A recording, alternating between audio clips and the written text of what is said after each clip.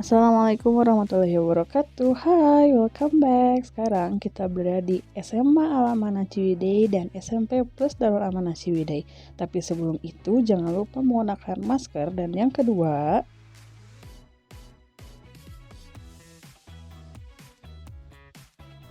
hand sanitizer atau bisa mencuci tangan juga ya guys. Ratakan pada seluruh permukaan tangan sampai bersih. Sudah, let's go!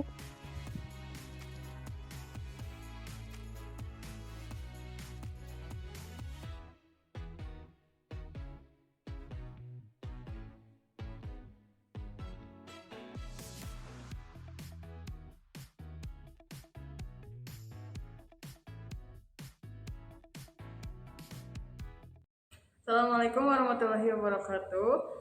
Hari ini saya sudah bersama dengan salah satu narasumber yang akan saya wawancara hari ini. Beliau adalah salah satu guru di SMP Plus Darul Amanah Ciwidey. Silahkan memperkenalkan dirinya. Terima kasih Windu. Saya perkenalkan diri, yaitu nama saya Yudisti Setiawati. Saya mengajar di SMP Darul Amanah Ciwidey. Kebetulan saya sudah hampir 4 tahun di sini mengajar dan alhamdulillah menyenangkan. Hari ini saya akan menanyakan beberapa hal tentang pembelajaran daring di masa pandemi ini.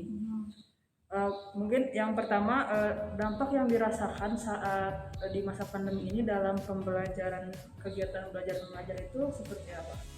Sangat berdampak sekali tentunya yang kita ketahui, baik untuk siswanya, gurunya, apalagi dan terutama orang tua siswa. Nah, bagi guru, kalau misalnya tatap muka, kita mungkin tidak terlalu pusing untuk menyusun karena udah terbiasa. Tapi kalau untuk daring lebih sulit karena kita harus membuat KKPD supaya anak lebih mengerti kan. Kita harus rangkum terlebih dahulu mana saja yang harus kita sampaikan supaya nyampe ke mereka. Nah, untuk siswanya, mereka yang terbiasa bertatap muka dengan kita bisa bertanya langsung. Nah, mungkin kalau dari kesulitan. Nah, terus untuk orang tua siswa sangat berdampak sekali. Mereka yang biasa tidak mengajar, nah sekarang menggantikan guru, Terpaksa iya, harus mengajar. seperti itu. Nah, mungkin ya sangat berdampak sekali sih. Dan banyak persiapan yang harus dilakukan mungkin ya? Banyak banget. Lalu metode apa saja yang digunakan Ibu dalam pembelajaran daring ini? Kalau untuk di SMP Darul Amanah sendiri sebenarnya banyak ya metodenya yang dipakai. Cuman kalau saya sendiri memakai scientific approach. Nah, dalam scientific ini mungkin kalau untuk apa bedanya sih daring sama tatap muka, sebenarnya hampir sama. Interaksi antara siswanya, hanya mungkin yang membedakan kita tidak bisa melihat langsung apa yang mereka lakukan. Nah, ketika kita misalnya bertanya, dari kamu ada tidak? Dia absen, padahal kan kita tidak tahu mereka sedang apa. Seperti itu. Lalu aplikasi apa saja yang digunakan Ibu selama pembelajaran daring? Untuk aplikasi mungkin kalau untuk SMP saya tidak terlalu banyak ya. Mungkin yang kita ketahui sekarang itu yang lebih mudah WhatsApp. Nah, WhatsApp, kemudian video yang tidak terlalu berat bagi mereka. Kemudian yang ketiga Google Classroom. Nah, hanya saja di Google Classroom ini mungkin kesulitannya bagi siswa yang tidak punya kuota. Yang handphone tidak ada, mereka daring di sini gitu, datang ke sekolah. Oh, jadi datang langsung ke sekolah seperti itu? Iya, jadi kita memberikan fasilitas kepada mereka yang tidak mempunyai handphone atau perangkat lainnya untuk datang ke sekolah. Karena di sini kebetulan kita ada wifi atau laptop sekolah yang bisa mereka pakai. Baik, seperti itu. Lalu adakah kesulitan dalam yang dialami saat menggunakan aplikasi itu untuk mengajarkan kepada siswa? Mungkin kalau pertama kali ya kita kesulitan. Nah, karena awalnya kita tidak terbiasa untuk memakai aplikasi seperti itu. Tapi dengan adanya daring ya alhamdulillah kita bisa belajar untuk melek teknologi gitu yang biasanya tidak tahu cara menggunakan linknya kalau kita bikin Ya. soal, nah sekarang kita dituntut untuk bisa. Karena sudah terbiasa sekarang. Nah, seperti itu. Mungkin sekarang yang lebih terkenalnya Zoom ya. Ya. Nah, Zoom itu bagus sekali, cuma mungkin karena banyak memakan kuota, Ya. siswa kasihan. Lalu strategi apa yang Ibu lakukan selama daring ini yang bisa membuat para siswa dapat memahami apa yang diberikan atau yang disampaikan? Nah, seperti tadi yang sudah saya ulas, jadi salah satu caranya supaya siswa paham, saya rangkum dulu materinya yang kira-kira benar-benar bisa mantap. Nah, setelah dirangkum, kita kasihkan ke mereka. Terus, kalau misalnya kita ngasih video juga, jangan terlalu berat. Karena kalau anak SD atau yang baru masuk ke SMP, otomatis kan mereka belum paham daring itu seperti apa, luring itu seperti apa.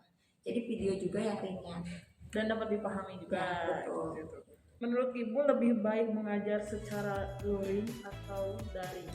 Nah, kalau dibilang seperti itu, mungkin pasti orang milihnya luring ya. Nah, luring jadi kita bisa tahu karakter siswa seperti apa. Kita kalau misalnya mau apa-apa gampang.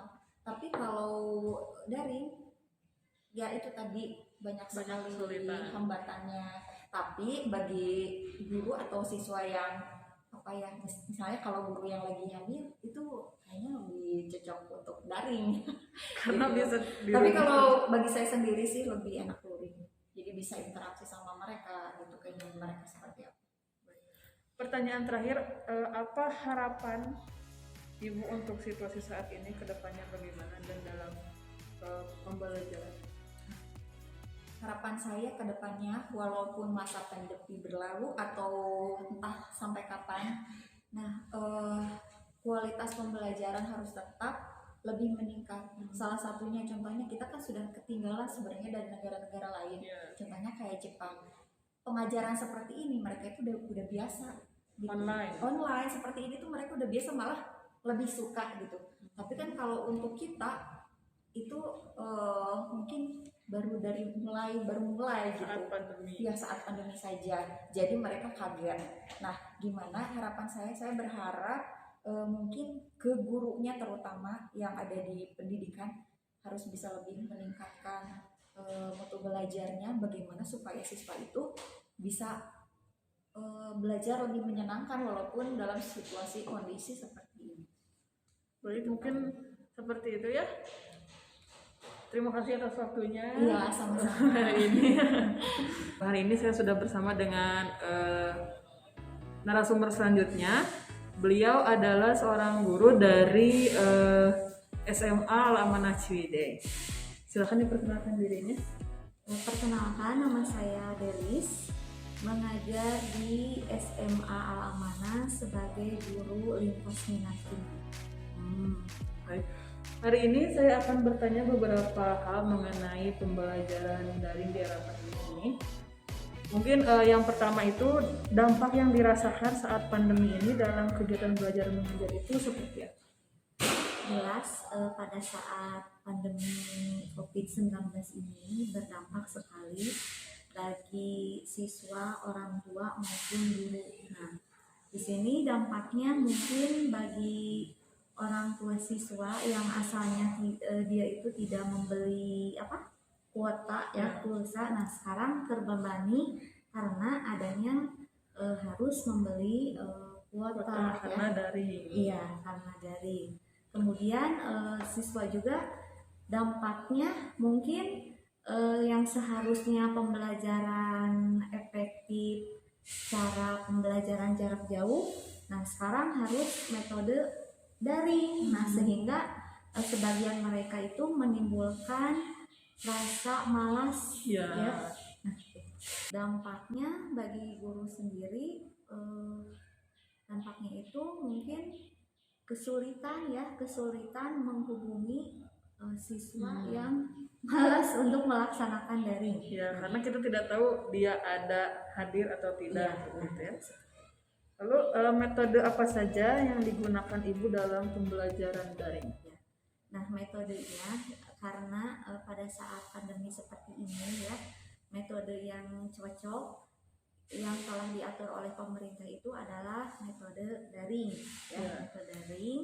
Nah, metode daring ini sangat efektif dilaksanakan oleh siswa karena bisa menggunakan sarana dan prasarana yang ada di rumah masing-masing secara online. Jadi mereka itu lebih inisiatif belajar sendiri di rumah, ya, berusaha untuk online. belajar sendiri. Ya, gitu.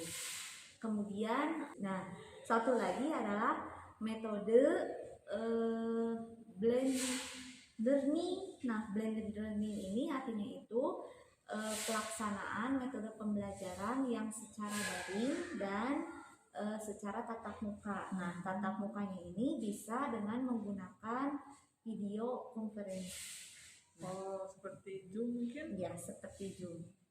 Aplikasi apa saja yang Ibu gunakan selama pembelajaran daring? Aplikasi yang digunakan selama pembelajaran itu kebanyakannya itu adalah WA group, ya, WhatsApp. Kemudian Classroom dan Google Meet. Google Meet, Ya. Adakah kesulitan yang dialami saat menggunakan aplikasinya itu? Mungkin kesulitannya bagi para siswa dan siswinya. Nah, sebenarnya mereka tidak mempunyai kesulitan dalam penggunaan aplikasi karena terbatas dari jaringan kuotanya. Nah, jadi sehingga mereka sulit untuk menggunakan aplikasi untuk menyesuaikan dengan. Jadi kita harus menyesuaikan dengan kondisi siswa tersebut. Jadi tidak memaksakan mungkin ya? Iya, tidak memaksakan. Lalu strategi apa yang Ibu lakukan selama daring ini yang bisa membuat para siswa dapat memahami apa yang diberikan atau dijelaskan oleh Ibu? Nah, strateginya yang pertama, langkah yang pertama itu harus menyesuaikan dengan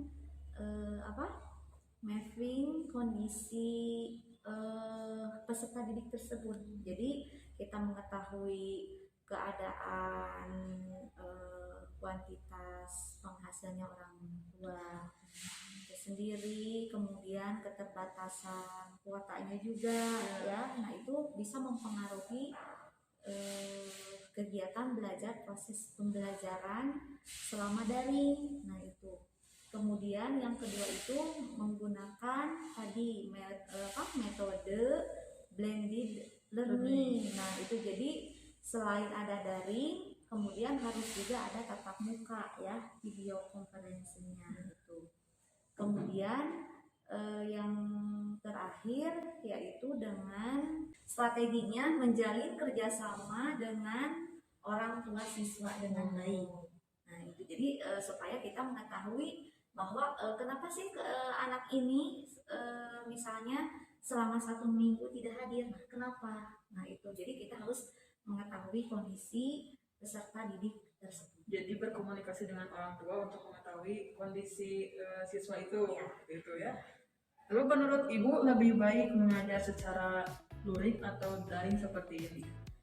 Sebenarnya sih pembelajaran yang lebih efektif itu adalah pembelajaran secara luring, ya. Nah, secara luring karena kondisinya saat ini semakin meningkat, kasus COVID-19, maka mungkin lebih efektif pelaksanaan daring lebih efektif untuk saat ini dibandingkan dengan luring. Lalu harapan Ibu untuk situasi saat ini kedepannya itu bagaimana dalam hal pembelajaran? Harapannya ya mudah-mudahan saja pandemi ini cepat-cepat berakhir, ya, supaya pembelajaran tatap muka itu bisa dilaksanakan karena pembelajaran daring itu banyak kendalanya, ya. Kendalanya mungkin dari kuotanya yang terbatas, kemudian anak yang asalnya rajin menjadi malas, ya, dan sulit memahami materi karena perlu dijelaskan lebih detail lagi, ya. Mungkin sekian yang dapat saya tanyakan. Terima kasih atas waktunya.